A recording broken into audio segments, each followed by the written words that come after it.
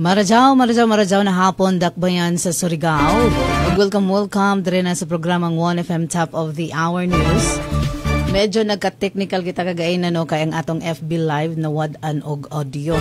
Waday na ito mabantay 6 minutos nang nilabay sa alas 3. Adlong Biyernes karon mga kawan, Pizza 24 sa Buyan sa Abril 2025. Sa headlines atong 1FM Top of the Hour News, personal nga bangi ang nahitabong pagpamusil sa usa ka driver didto sa Bacuag, Surigao del Norte. Laing headline sa Top of the Hour News, pagbaklas sa mga material sa kampanya tagpahigayon sa Comelec, Surigao, kagainang bunta. Laing detalye kon headline sa 1FM Top of the Hour News, kaso sa Dingue sa tuig 2025, mas nisaka ngadto sa 75%.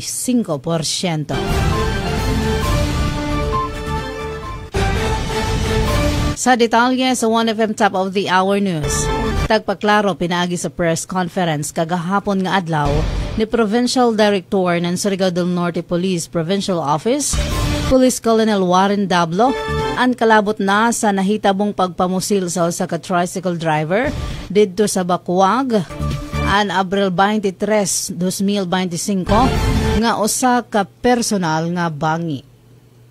Ako karon na pangitabo kagahapon ng shooting incident sa area sa Placer, sa Bacuag. Isa na isolated incident.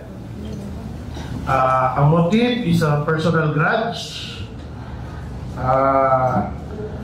This incident happened around 7:15 a.m.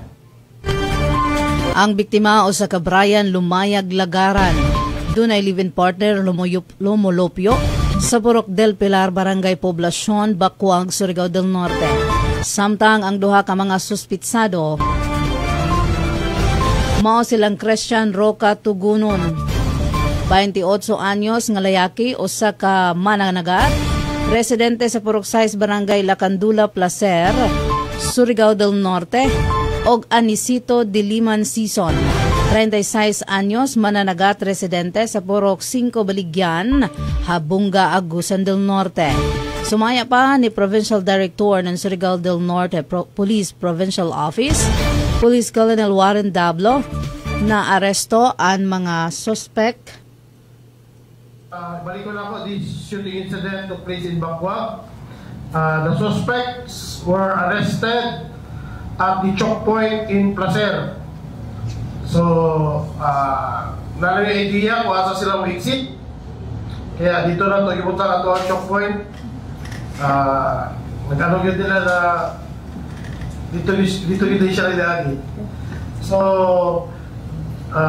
rest assured sa katawan sa Surigao del Norte na ang inyong police walang pabilin, magbalin tayo.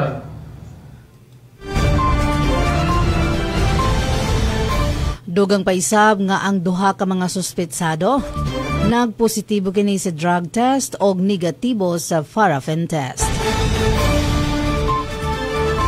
10 minutos nang nilabay sa alas 3 sa dugang detalye sa 1FM Top of the Hour News. Pinaagi sa Resolution Number 10730, Rules and Regulations Implementing Republic Act Number 9006, umas na ilang nga Fair Election Act alayon sa Mayo 12, 2025 nga national ug local elections.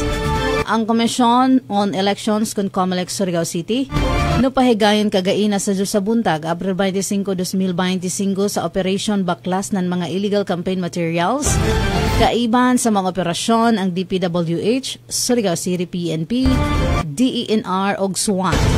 Gipang baklas ang supak sa balaod nga mga material sa kampanya nga naagi pang butang sa pampublikong lugar.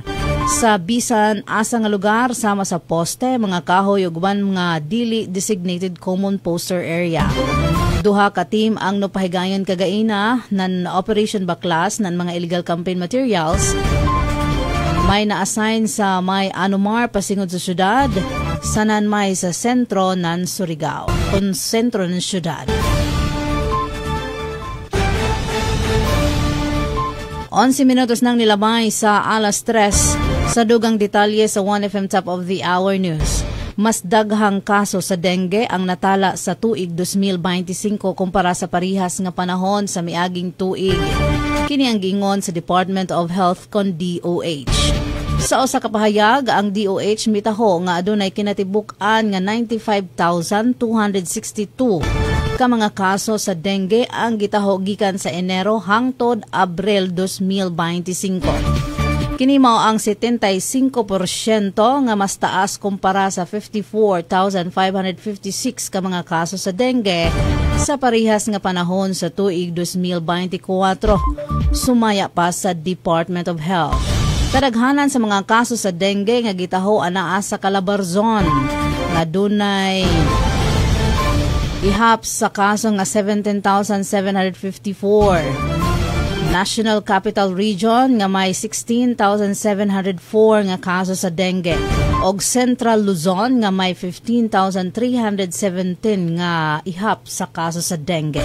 Kaniadtong Huwebes ang Department of Health mitaho nga adunay kinatibuk-an nga 9,289 nga mga kaso sa dengue ang gitaho gikan pa sa Marso 16 hangtod sa 29 ning tuiga. Ug magot ang mga naglangkob nga mga balita diri na sa 1FM Top of the Hour News.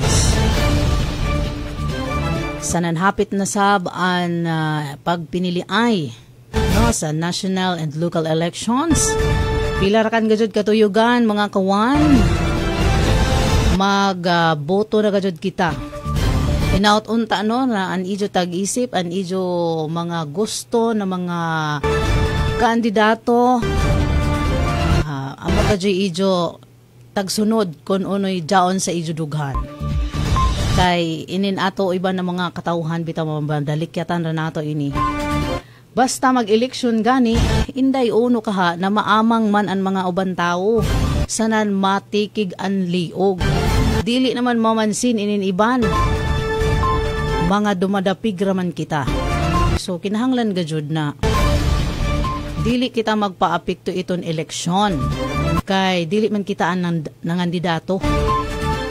Mga dumadapig ra kita. Kung sino manggaling ang mudaog sa eleksyon, ato ra gihapon sila mga gobernador, congressman.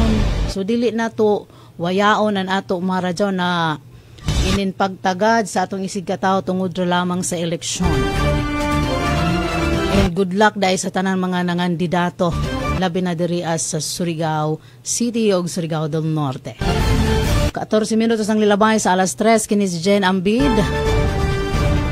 Hangtod sa Lunis pohon sa samang oras sa mga istasyonan din hilamang sa 96.1 1FM na kami mahimutang sa 4th floor UFCO Building, Navarro Street, Surigao City, and a proud member of a KBP, kapisanan ng mga broadcaster ng Pilipinas. Maradyo na hapon, Dakbayan sa Surigao. This is your only one. 1FM.